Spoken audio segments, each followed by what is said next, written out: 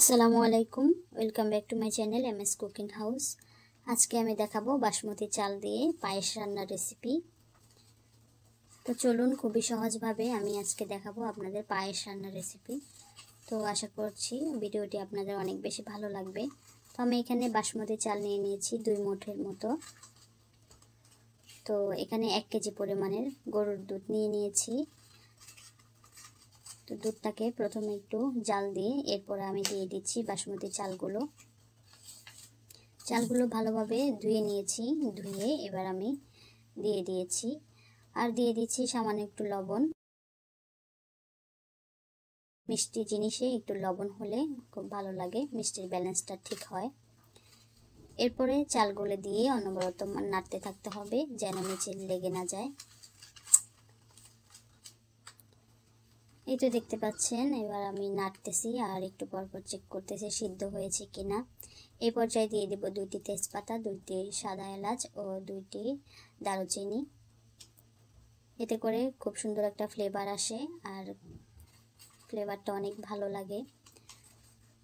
আবারও নেড়ে চেড়ে নিচ্ছি, একটু পরপরে কিন্তু নেড়ে চেড়ে দিতে হবে, নাহলে কিন্তু উপরে সর বেঁধে যাবে আর নিচে লেগেও যেতে পারে।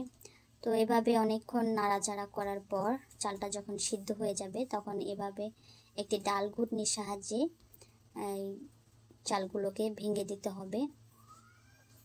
আপনারা চাইলে কিন্তু পাটার মধ্যে চালগুলোকে পিষে তারপরেও এই পায়েসটা তৈরি করতে পারেন, তবে আমার কাছে এভাবেই ভালো লাগে, আমি এভাবেই তৈরি করে থাকি সব সময়।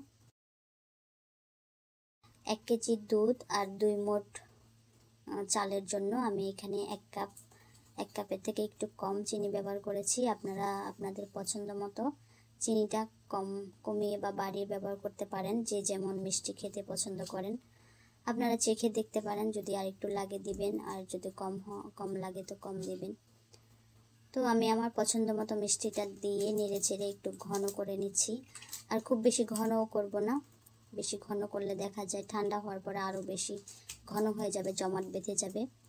তো একটু পানি পানি থাকতেই, মানে একটু পাতলা থাকতেই আমি এই পায়েসটা নামিয়ে নিচ্ছি।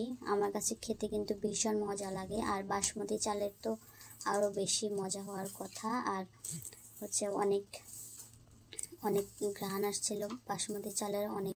তো খুবই সহজভাবে আমি এই বাসমতি চালের পায়েস তৈরি করে দেখিয়েছি। আপনাদের ভালো লাগলে অবশ্যই ভিডিওটিতে লাইক, কমেন্ট এবং সাবস্ক্রাইব করবেন। যারা ফেসবুক থেকে দেখছেন প্লিজ আমার পেজটিকে ফলো দিয়ে রাখবেন নতুন নতুন ভিডিও পাওয়ার জন্য। তো আজ এখানে বিদায় নিচ্ছি, দেখা হবে অন্য কোনো ভিডিওতে। আল্লাহ হাফেজ।